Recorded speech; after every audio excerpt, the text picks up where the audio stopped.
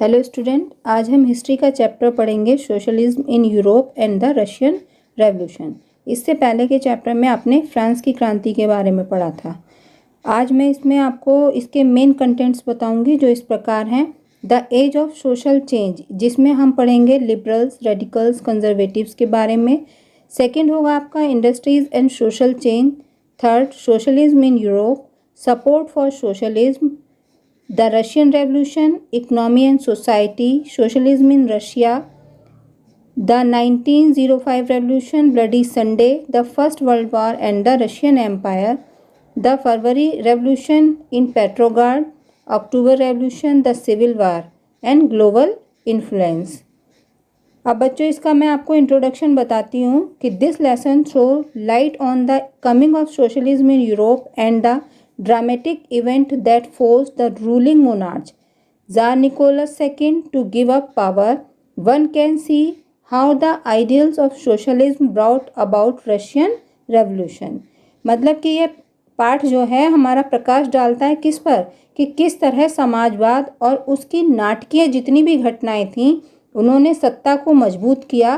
कैसे किया कि जिससे कि जार निकोलस द्वितीय जो था उसको अपनी पावर छोड़नी पड़ी। हम देख सकते हैं कि कैसे समाजवाद के आदर्श जो हैं वो एक रूस में जो है क्रांति के रूप में सामने आए थे। सबसे पहले हम जानेंगे कि समाजवाद किसे कहते हैं। समाजवाद जो है एक ऐसी आर्थिक सामाजिक दर्शन है जिसमें समाजवादी व्यवस्था में धन संपत्ति का स्वामित्व जो और वितरण जो है वो समाज के नियंत्रण के अधीन रहता है। इसे आप इस तरह समझ सकते हैं कि इस विचारधारा के अनुसार प्रत्येक व्यक्ति को समानता का अधिकार है तथा किसी भी व्यक्ति के साथ आर्थिक भेदभाव ना किया जाए। मतलब किसी की इकोनॉमिक कंडीशन को देख करके हम उसमें कोई भी भेदभाव ना करें, सभी को समान समझा जाए। अब हम आते हैं अपने फर्स्ट टॉपिक पर, the age of social change. The French Revolution opened up the possibility of creating a dramatic change in the society. People were conservative, liberals और radicals। मीन्स फ्रांसीसी क्रांति ने सामाजिक संरचना के क्षेत्र में परिवर्तन की संभावनाओं को का सूत्रपात कर दिया था और कुछ रूढ़िवादी थे तो कुछ उदारवादी और कुछ परिवर्तनवादी या रेडिकल्स लोग थे जिन्होंने इसमें अपना सहयोग किया था। अब हम पढ़ेंगे लिबरल्स के बारे में कि लिबरल्स कौन थे। Wanted a nation which tolerate all religions, they were against the uncontrolled power of the dynastic rulers, they wanted rights for individuals. सबसे पहले तो लिबरल्स जो थे वो किसे कहा जाता है, उदारवादियों को। उदारवादी ऐसा राष्ट्र चाहते थे जिसमें सभी धर्मों को बराबर का सम्मान और जगह मिले। इसमें यह समूह प्रतिनिधित्व पर आधारित एक ऐसी निर्वाचित सरकार के पक्ष में था जो शासकों और अफसरों के प्रभाव से मुक्त और प्रशिक्षित न्यायपालिका द्वारा स्थापित किए गए कानूनों के अनुसार शासन कार्य चलाए। मतलब कि एक समूह बनाकर उसका एक कोई प्रतिनिधित्व ऐसे लोग करें जो सरकार मतलब चुने जाएं, लोगों के बीच में से चुने जाएं और वो सरकार के पक्ष में हों और जितना भी काम वो किया जाए वो न्यायपालिका के द्वारा ही करा जाए, ना कि किसी के दबाव में रह के किया जाए। They were not democrats because they did not believe in the universal adult franchise. मतलब है कि यह समूह लोकतंत्रवादी नहीं था। ये लोग सार्वभौमिक वयस्क मताधिकार यानी सभी नागरिकों को वोट का अधिकार देने के पक्ष में नहीं थे। उनका मानना था कि वोट का अधिकार केवल संपत्तिधारियों को ही मिलना चाहिए। मतलब ये जो इस समूह के जो लोग थे वो ये मानते थे कि जिसके पास में पैसा है, संपत्ति है, केवल उन्हीं लोगों को वोट देने का अधिकार है। बाकी जिनकी इकोनॉमिक कंडीशन ठीक नहीं है वो अधिकार उनको नहीं दिया जाना चाहिए। अब हम पढ़ेंगे रेडिकल्स के बारे में। Wanted a nation in which government was based on the majority of A countries population, they dislike concentration of property in hand of a few, not the existence of private property। इसके विपरीत जो radical समूह के लोग थे वो ऐसी सरकार के पक्ष में थे जो जो कि आबादी के बहुमत के समर्थन पर आधारित हो। आबादी के मतलब जिसमें बहुमत हो, बहुत सारे लोगों का मत हो। इनमें से बहुत सारे लोग महिला मताधिकार आंदोलन के भी समर्थक थे। उदारवादियों के विपरीत ये लोग बड़े जमींदारों और संपन्न उद्योगपतियों को प्राप्त किसी भी तरह के विशेष अधिकारों के खिलाफ थे। वे निजी संपत्ति के विरोधी नहीं थे, लेकिन केवल कुछ लोगों के पास संपत्ति के संकेंद्रण का विरोध जरूर करते थे। मतलब उस चीज़ का विरोध करते थे कि संपत्ति जो है वो कुछ ही लोगों के पास होनी चाहिए, सबके पास नहीं होनी चाहिए। अब हम पढ़ेंगे कंजर्वेटिव्स के बारे में। दे resisted change. After the revolution, they started accepting change provided it was slow and had links and respected the past. अब रूढ़िवादी तबका रेडिकल और उदारवादी दोनों के खिलाफ था। क्योंकि फ्रांसीसी क्रांति के बाद तो रूढ़िवादी भी बदलाव की जरूरत को स्वीकार करने लगे थे।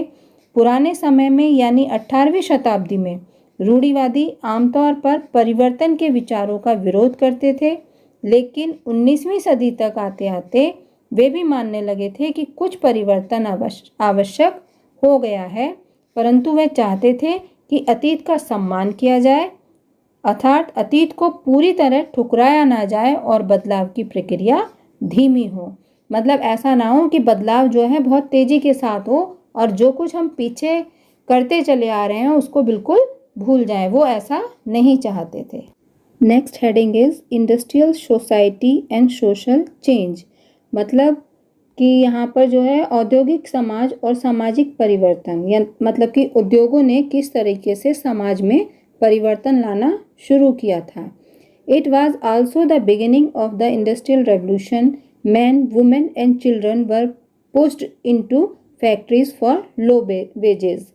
मतलब कि औद्योगिकरण ने औरतों, आदमियों और बच्चों सबको कारखानों में ला दिया। मतलब अपने को उन लोगों को ज़बरदस्ती ऐसा करवा दिया कि वो कारखानों में आकर के काम करना शुरू कर दें। इससे क्या होता था कि काम के घंटे यानी पाली बहुत लंबी होती थी और मजदूरी बहुत कम दी जाती थी। उस समय लोगों के साथ में क्या करते थे कि जैसे काम तो उनके साथ बहुत करा लिया जाता था, लेकिन उसके बदले में जो उनको जब पैसा दिया जाता था तो उन्हें बहुत कम दिया जाता था। क्यों? क्योंकि बेरोज़गारी जो है वो वहाँ पर आम समस्या थी। बहुत से लोग बेरोज़गार थे और वो खुद ही इस काम के लिए तैयार हो जाते थे कि काम भी करेंगे और उन्हें पैसा भी कम ही दिया जाएगा। औद्योगिक वस्तुओं की मांग में गिरावट आती जा रही थी तो बेरोज़गारी और बढ़ती जाती थी। शहर तेज़ी से बसते और फैलते जा रहे थे, इसलिए आवास और साफ सफाई का काम भी मुश्किल होता जा रहा था। अब liberals and radicals who were factories owner felt that effort must be encourage so that benefits of industrialisation should be passed on to workers. यहाँ पर अब क्या होता है कि उदारवादी और रेडिकल्स दोनों ही इन समस्याओं का हल खोजने की कोशिश करने लगे। लगभग सभी उद्योग व्यक्तिगत स्वामित्व में थे। बहुत सारे रेडिकल और उदारवादियों के पास भी काफ़ी संपत्ति थी और उनके यहाँ बहुत सारे लोग नौकरी करते थे। उन्होंने व्यापार या औद्योगिक व्यवसायों के जरिए धन दौलत इकट्ठी कर रखी थी, इसलिए वे चाहते थे कि इस तरह के प्रयासों को ज़्यादा से ज़्यादा बढ़ावा दिया जाए। उन्हें लगता था कि अगर मजदूर स्वस्थ हो और नागरिक पढ़े लिखे हों तो इस व्यवस्था का भरपूर लाभ लिया जा सकता है। ये लोग क्या थे? जन्मजात मिलने वाले विशेष अधिकारों के विरुद्ध थे। Next heading is socialism in Europe, कि यूरोप में किस तरीके से समाजवाद का आना होता है। Socialist had different vision of the future, यानी समाजवादियों के पास भविष्य की एक बिल्कुल भिन्न दृष्टि थी, जिसमें कुछ लोग मेन थे। सबसे पहले आते हैं रॉबर्ट ओवन। रॉबर्ट ओवन ने एक अपनी कोऑपरेटिव कम्युनिटी बनाई थी यूएसए के इंडियाना में, जिसका नाम था न्यू हार्मनी। सेकंड आते हैं फ्रांस के लुइस ब्लांक, जो चाहते थे कि सरकार किसका कोऑपरेटिव्स को इनकरेज करे और कैपिटलिस्ट को रिप्लेस करे। Socialist were against private property and saw it as the root of social evils. Some believe in cooperatives, some demanded the governments must encourage cooperatives. Karl Marx and Friedrich Engels added the industrial society was capitalist. Socialist जो थे वो private property के against थे और इसी को सभी समस्याओं की जड़ मानते थे। सम बिलीव्ड इन कोऑपरेटिव्स, कुछ लोग जो है कोऑपरेटिव्स में विश्वास करते थे। और जो कार्ल मार्क्स और फ्रेडरिक एंगल्स थे वो किसको वो मानते थे? औद्योगिक समाज को पूंजीवादी समाज मानते थे। Marks believe that A socialist society wood free the workers from capitalism, this would be a communist society. मतलब मार्क्स का जो विश्वास था वो क्या था कि खुद को पूंजीवादी शोषण से मुक्त कराने के लिए मजदूरों को एक अत्यंत भिन्न किस्म का समाज बनाना होगा जिसमें सारी संपत्ति पर पूरे समाज का यानी सामाजिक नियंत्रण और स्वामित्व रहेगा। उन्होंने भविष्य के इस समाज को साम्यवादी समाज का नाम दिया। Next heading is support for socialism यानी समाजवाद के लिए समर्थन। Socialist form an organisation called second international to spread socialist idea. जो समाजवादी थे उन्होंने अपने विचारों को फैलाने के लिए एक ऑर्गेनाइजेशन तैयार किया जिसका नाम था second international. Workers in Germany and England began forming association to fight for better living condition. They set up fund for members in distress, reduction of working hours and right to vote. मतलब है कि England और Germany के जो मजदूरों ने अपनी जीवन और कार्य स्थितियों में सुधार लाने के लिए संगठन बनाना शुरू कर दिए। संकट के समय अपने सदस्यों को मदद पहुंचाने के लिए इन संगठनों ने कोष स्थापित किए और काम के घंटों में कमी तथा मताधिकार के लिए आवाज़ उठाना शुरू कर दिया।